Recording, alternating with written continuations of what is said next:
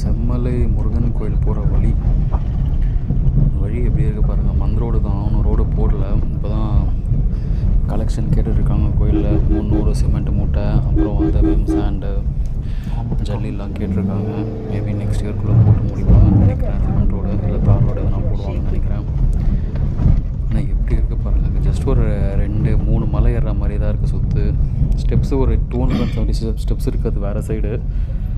அது அப்படியே செங்குத்தாக ஏறும் மேலே.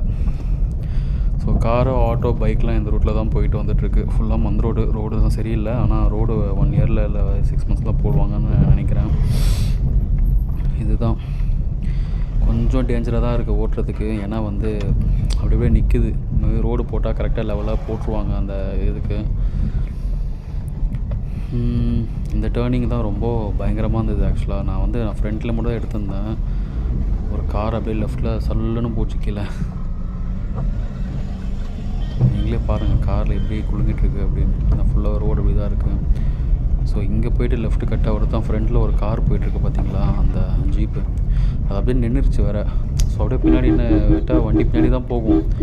எங்கள் கார் டிரைவர் ஆன் அடிச்சுட்டே இருப்பார். ஃப்ரண்ட்டில் ஒரு ஆட்டோ வேறு கரெக்டாக. அப்புறம் ஒரு எப்படியும் ஒரு 20 செகண்ட் கழிச்சு தான் அந்த கார் மூவ் ஆச்சு. அது வரையும் ஒரு ஆன் அடிச்சுன்னு தான் இருந்தார். மீறி அப்படியே மலைக்கு போயாச்சு. கோயிலுக்கு ரீச் ஆகிட்டோம் கடைசியில். அது ஜஸ்ட் ஒரு 6 மினிட்ஸ் 7 மினிட்ஸ் தான் காரில். ஆனால் போகிற ரோடு தான் சரியில்லை. ஃபுல்லாக மலை வேறு. திருப்பதி மலை கூட கொஞ்சம் பயமாக தான் இருந்தது. ஏன்னா திருப்பதி ரோடெலாம் போட்டாங்க. மேபி இதெல்லாம் ரோடு போட்டால் எதுவுமே தெரியாதோ என்னவோ தெரியல. ஸோ செங்கல்பட்டில் இருக்க செம்மலை முருகன் கோயிலுடைய ஆட்டோ, பைக், கார் போகிற ரூட் இது தான். இன்னொரு 1 இயர்க்குள்ளே ரோடு போட்டுருவாங்கன்னு நினைக்கிறேன். ஸோ டொனேஷன் அதுக்காக கேட்டுட்ருக்காங்க கோயிலில்.